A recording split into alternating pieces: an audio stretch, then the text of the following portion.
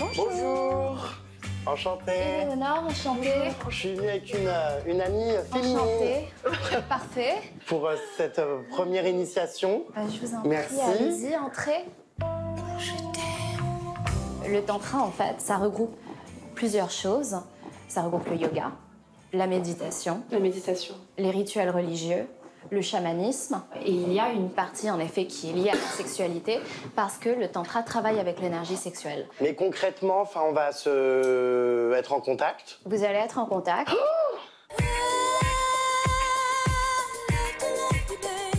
Emma, vous allez vous asseoir sur ses genoux, sur ses jambes.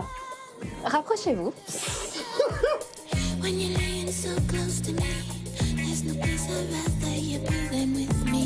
Donc une fois que vous êtes à l'aise, vous allez pouvoir rapprocher vos bouches l'une en face de l'autre. Vous n'êtes pas obligé de créer un contact. En fait, vous allez partager le même souffle.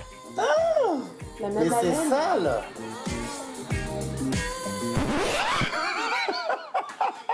Au-dessus de mes forces. M'allonger sur elle. Oui. Donc là, je me mets comme ça. Et vous pouvez mettre vos mains sur ses cuisses. Non, mais c'est un sketch, non? En fait, c'est juste explorer le corps, toucher. Il faut juste s'abandonner au toucher. Bon, c'est quelque chose à faire avec quelqu'un avec qui on est confortable, évidemment. Et surtout qui nous plaît. Placez votre main ici. Oui. Et puis juste essayer de prendre conscience de l'énergie dans son corps et des tensions. Vous pouvez passer votre main sur ses épaules, sur son dos. Oh là là, oui, hein. Voilà. T'es tendax, hein, loulou. Alors, l'idée, c'est pas vraiment de faire un massage, parce que l'idée, c'est d'aller au-delà de l'enveloppe corporelle et de ressentir ce qu'il y a en dessous. C'est un exercice qui permet de se détendre, de se synchroniser les respirations. Il faut que ça soit agréable, en fait, pour les deux. Vous pouvez aussi inverser. Ah non. Moi, pour l'instant, ça me va, j'arrive enfin à me détendre. Et en fait, vous êtes un peu, comment dire, conseillère sexuelle pour les couples en crise, non? Oui. C'est vrai? Oui. Ça rapproche des gens qui ne font pas de câlins, non? Oui. Absolument, absolument. Oh, mais génial! Bah, dis donc. Il y a beaucoup de personnes qui viennent me voir parce que c'est des personnes qui sont stressées, qui sont angoissées, qui vivent à 100 à l'heure et qui ont besoin de ce temps de pause et de connexion à soi. J'aime beaucoup cette philosophie de vie, cette manière de voir les choses, je trouve ça formidable. Mais il faut avoir la foi. En tout cas, merci, c'était super malaisant.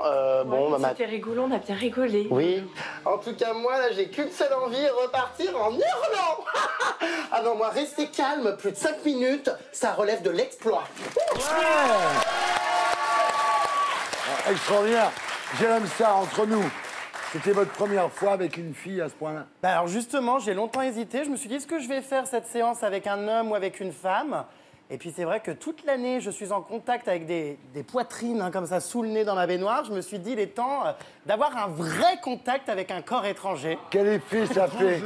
Ah bah oui, totalement étranger pour moi. Quel effet ça fait les femmes alors?